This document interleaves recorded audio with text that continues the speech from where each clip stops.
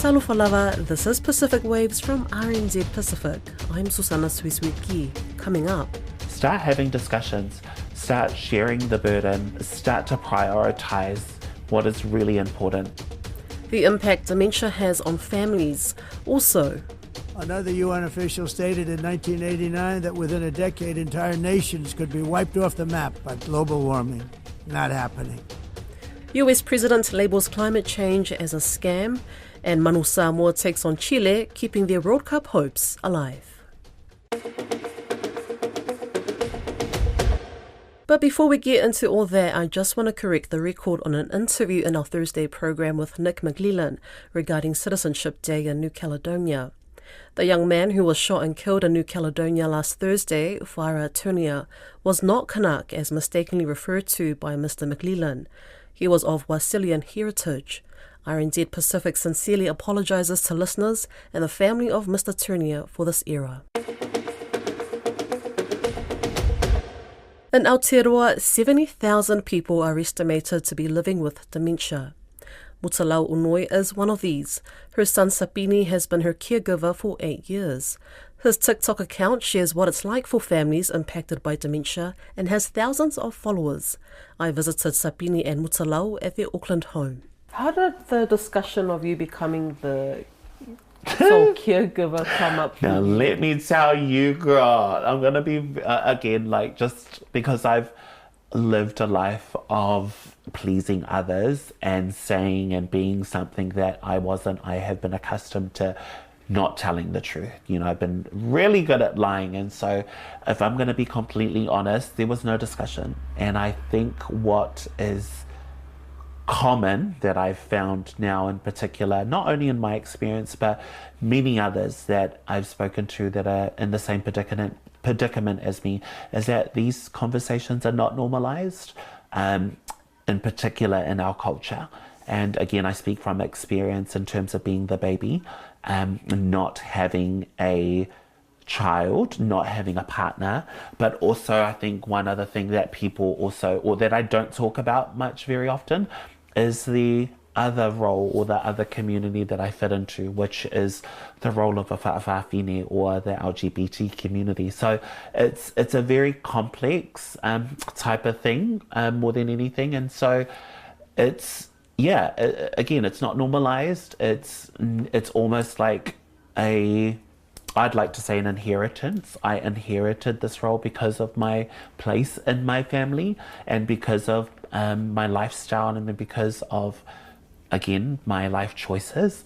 But yeah, again, it needs to be normalized because to not have the discussion and then to expect someone to deal with what they're dealing with and then have to add on having to be a caregiver and then all of the emotions, the roller coaster of emotions and the exhaustion, the list goes on.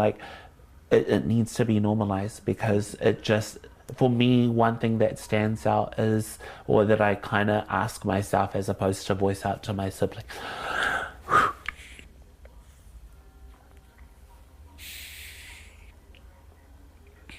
Sorry. That's okay.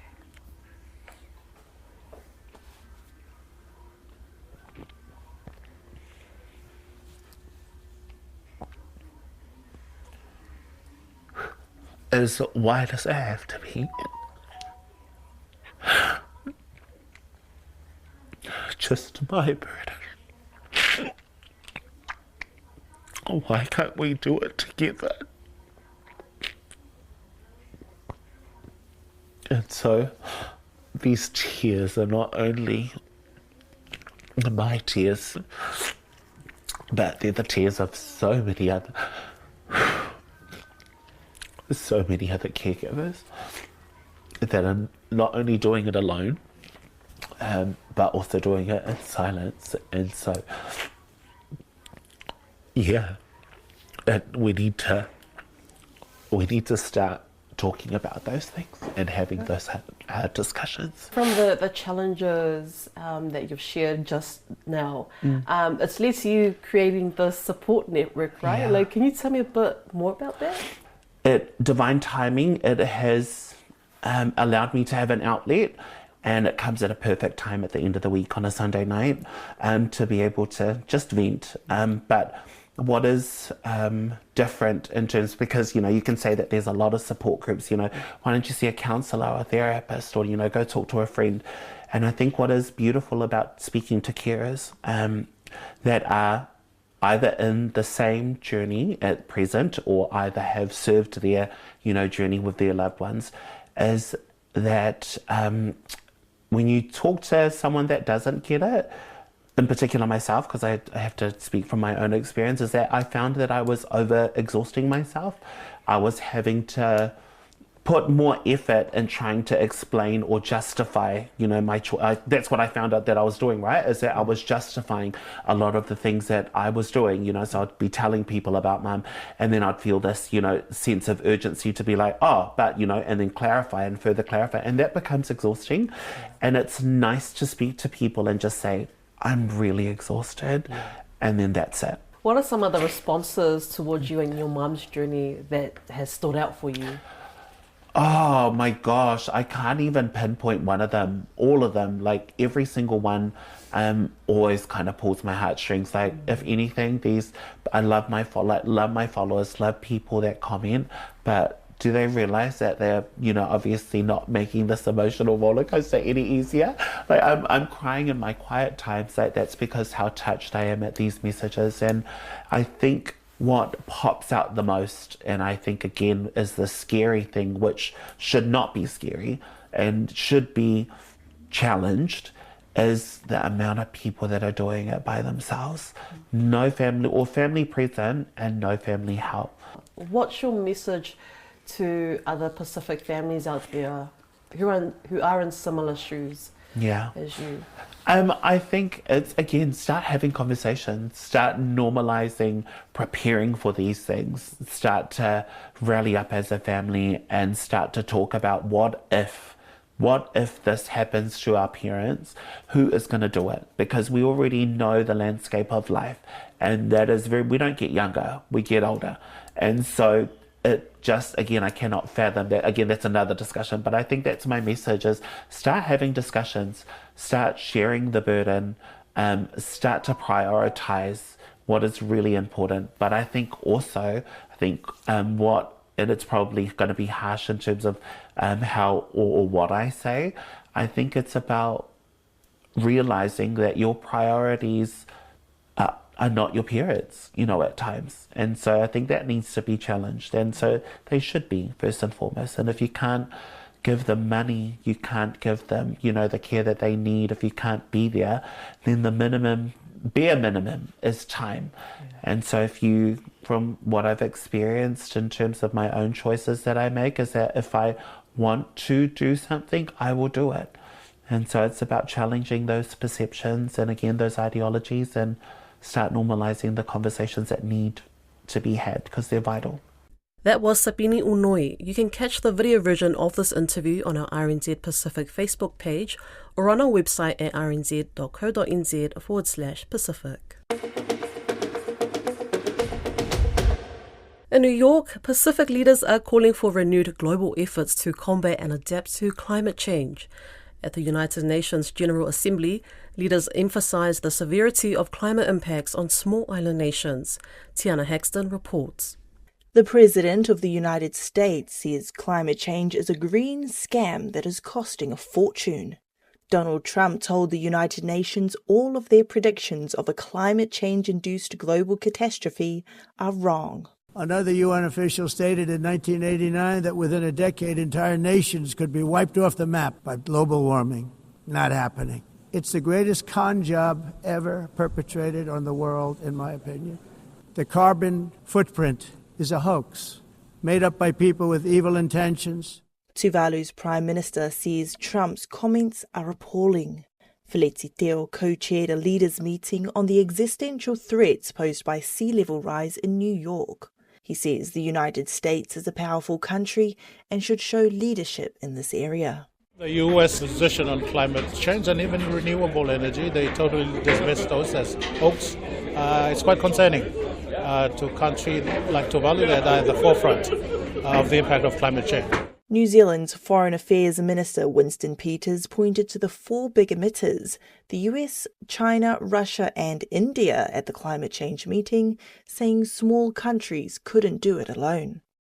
The Paris Agreement, adopted in 2015, saw world leaders pledge to keep global warming increase below 1.5 degrees Celsius.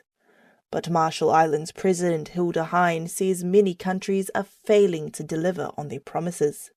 She told leaders all nations, whether signatories to the Paris Agreement or not, must act now to end fossil fuels and curb global emission rates. The vast majority of countries are failing to meet their obligations. We've heard the promises, but promises don't reclaim land in atolls nations like mine. They don't develop mangrove defenses, shore up our hospitals and schools against rising seas, or preserve cultures deeply tied to land that is slipping under waves. The Kiribati president has added his voice to the renewed calls for climate action.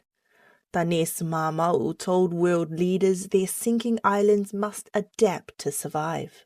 Kiribati face climate challenges, but it remains resilient. We urge global action to limit warming to 1.5 degrees Celsius, giving its firm hope and assurance that Kiribati and other vulnerable countries will continue to exist in light of climate change. The president of Nauru reiterated the Pacific's need for better access to climate financing.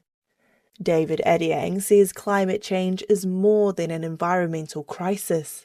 It is a direct threat to the peace, security and survival of the region. Small island developing states still face unacceptable barriers to climate finance. Despite countless pledges, those least responsible continue to struggle most to access the resources urgently needed for adaptation and mitigation. Simply put, the time for debate has passed. Concrete climate action cannot be postponed any longer. In a direct response to the difficulty of accessing climate financing, Pacific leaders launched the region's own financing mechanism. Called the Pacific Resilience Facility, it is the first Pacific-led, owned and managed climate finance fund. It aims to raise $500 million over the next 15 months. At least 10 countries have already pledged contributions, with Australia's promise of over $65 million being the highest so far. There's a lot of sport happening at the moment and some crucial matches coming up this weekend. I'm joined by Christina Persico, who is our morning bulletin editor and a shameless sports fanatic. Talofa lava, Christina. Kia ora, Susanna. Okay, let's kick this Talanoa off. An important rugby match for Manu Samoa this weekend, right? Yes, indeed. So Manu Samoa is aiming to qualify for the 2027 Rugby World Cup. They missed out on qualification through the Pacific Nations Cup, which has just finished. So they are now in a two-leg series with Chile. The first match was a 32-all draw, and Samoa had to come from behind to get that tie. So the second match kicks off in Chile at 8:30 a.m. on Sunday, Samoa time, and the winner of this two-leg series will get direct entry into the 2027 World Cup. Now, because there was a draw in the first game, the second, if there's an outright winner, they get to the World Cup. The loser does have one more chance. They go to a last chance tournament in Dubai in November. I also understand there's been some futsal success for Solomon Islands this week. Yes, Solomon Islands took out the Oceania Football Confederation Futsal Cup. Now, futsal is indoor football, soccer, with fewer players on each side. The Futsal Cup is a tournament where there's no playoffs. It's based on your results in pool matches, and the Kurukuru had 3 wins and a draw for 10 points. The all-important win coming over New Zealand, who finished on 9 points overall, with 3 wins and that loss to the Solomons. So the Solomons needed to win their final game against Tuvalu, and they certainly did that, beating them 7-0. And there are youngsters that are also getting out and about in age grade tournaments this week? That's right. There's currently the Under-19 Oceania Women's Football Tournament. That's still in its pool stages and continues into next week. The final of that is set down for October the 4th local time in Tahiti. Then on the other side of the world, in Gibraltar, the Netball World Youth Cup is getting to the business end. The Cook Islands was the best of the Pacific teams. They fell at the quarterfinal stage to South Africa. The semi-finals and finals are on over the weekend, and also the competition for the minor placings. What else is going on in the world of sport at the moment? Well, there's some big rugby matches this weekend. The Women's Rugby World Cup final, England against France. This will be early Sunday morning New Zealand time. England went in as favourites, and of course, when they lost the last World Cup final in Auckland to New Zealand, the Kiwis got a lucky line-out steal late in that game. But Canada looked really good when they knocked the Black Ferns out of this current World Cup last week, so it should be a good one. Saturday, early evening actually, New Zealand time, the All Blacks host the Wallabies at Eden Park. This game affects both the Trans-Tasman Bledisloe Cup and the wider Rugby Championship. The All Blacks, of course, are coming off the back of their largest ever defeat to the Springboks, while the Wallabies have been in good form of late. The All Blacks will be without captain Scott Barrett, who is injured, so Adi Savia will wear the captain's armband. And if you're into your golf, the Ryder Cup tournament between the USA and Europe is on this weekend. It gets underway Friday night our time. Awesome. Thank you so much, Christina, for the update. That's Pacific Waves for today. For all episodes, head over to rnz.co.nz/Pacific. We're also on Spotify, Apple and iHeartRadio. From myself and the RNZ Pacific team, tō whā soifua.